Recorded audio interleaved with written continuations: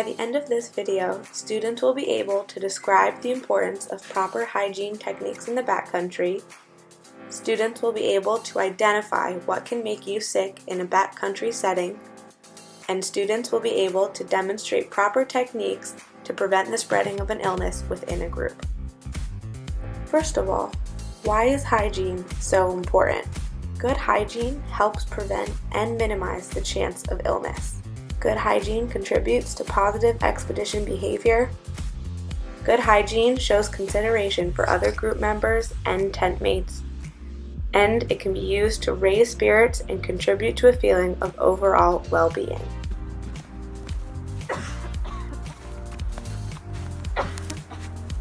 Viruses are a popular cause of illness in the backcountry.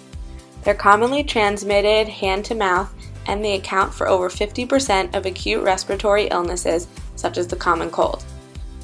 Bacteria is another organism that can cause illness in the backcountry.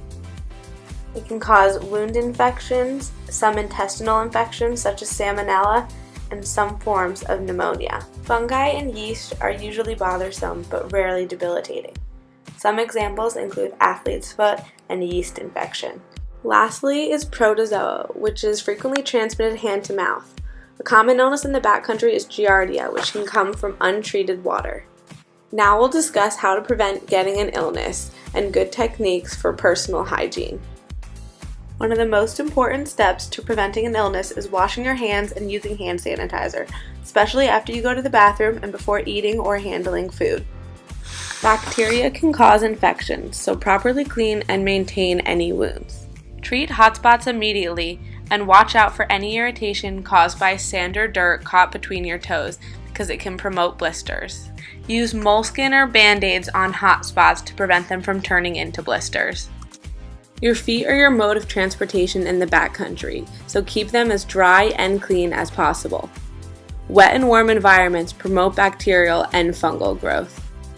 Changing out of damp or sweaty socks at the end of the day and applying Gold Bond will help minimize moisture. Keep your shoes on at all times. Keeping your feet in good condition is so important, and having bare feet is an easy way to get a foot injury. Treat water by bringing it to a full boil, filtering it, or other methods. This will inactivate anything that can make you ill. Clean your water bottle regularly, especially the screw threads in the lid. Untreated water can easily get trapped here and make you sick. Wear protective clothing and sunscreen to avoid getting sunburn. You can still get burnt even if it doesn't feel like it's hot out. Don't forget daily essentials like brushing your teeth. It will show consideration for your group members. How to prevent spreading an illness within your group. The do's and don'ts for good group hygiene. Don't reach into other people's food bags. You can spread germs this way.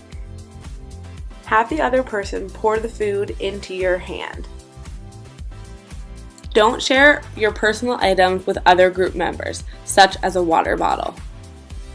Instead, practice good hygiene by keeping your water bottle to yourself.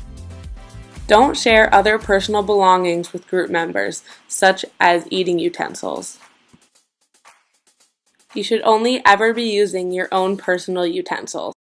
Although it might seem tempting when you're out with some of your best friends, don't share other items that can carry germs, such as a personal bandana. Instead, come prepared with your own personal items so that you don't have to share. Don't cough into your hand or towards other people. Instead, turn away from them and cough into your elbow. Let's review. Why is good personal hygiene so important? It helps prevent and minimize the chance of illness. It contributes to positive expedition behavior. It shows consideration for other group members and tent mates.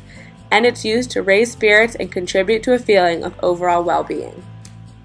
The most common ways to prevent illness are by sanitizing and washing your hands, especially before handling or eating food, treating water by boiling it or through other methods, by not sharing personal items, and by pouring food out into other group members' hands instead of having them reach into the bag.